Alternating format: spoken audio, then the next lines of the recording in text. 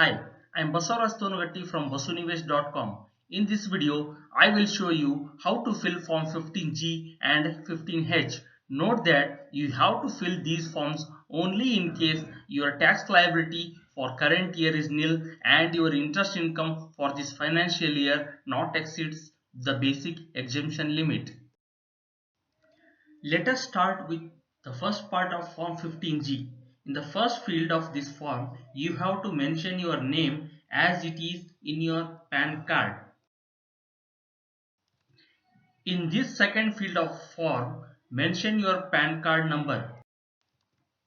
In third field of this form, mention assessment year. Usually, if you are filling form for this year, that is 2015 and 16 interest income, then mention assessment year as 2016-17. Don't commit any mistake here. Here in 4th, 5th, 8th, 9th, 11th, 12th and 13th fields of this form, mention your address detail. In 15th field, provide your email ID and in 16th field, provide your landline number or mobile number. Here, you have to mention your status like whether you are an individual, HUF or AOP. In 7th and 10th field of this form, provide your details like ward or circle and AO code details. These details will be available at Income Tax e-filing portal. Visit e-filing portal and then at left side portal you will find a link like Know Your Judicial AO. Click on that and then enter PAN number to get details. In 14th field, mention the year of assessment when you last assessed. For example, if you filed IT return last year, that is for 2014-15, then assessment year must be 2015-16. In field 17th and 20th, mention current ward or circle and AO details.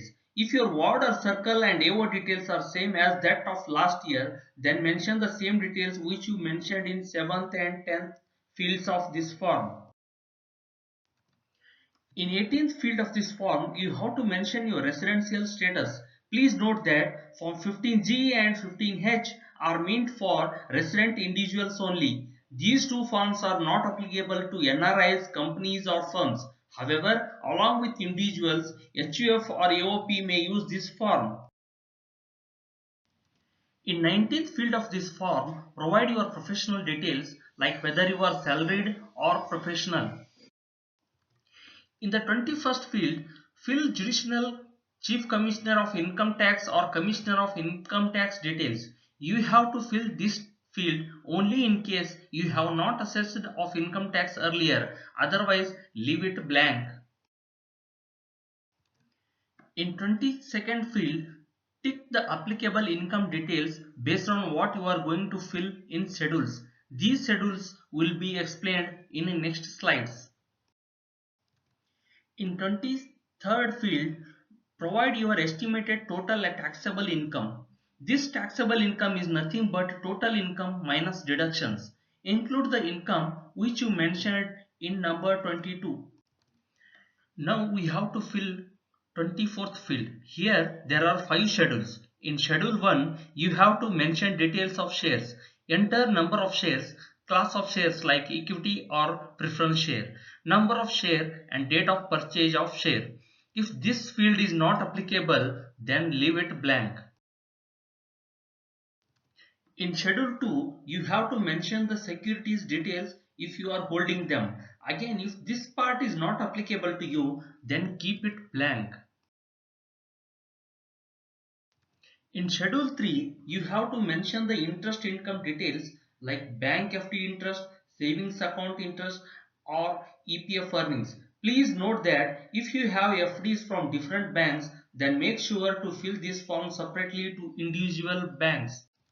In schedule 4, provide mutual fund holding details where you are eligible for TDS.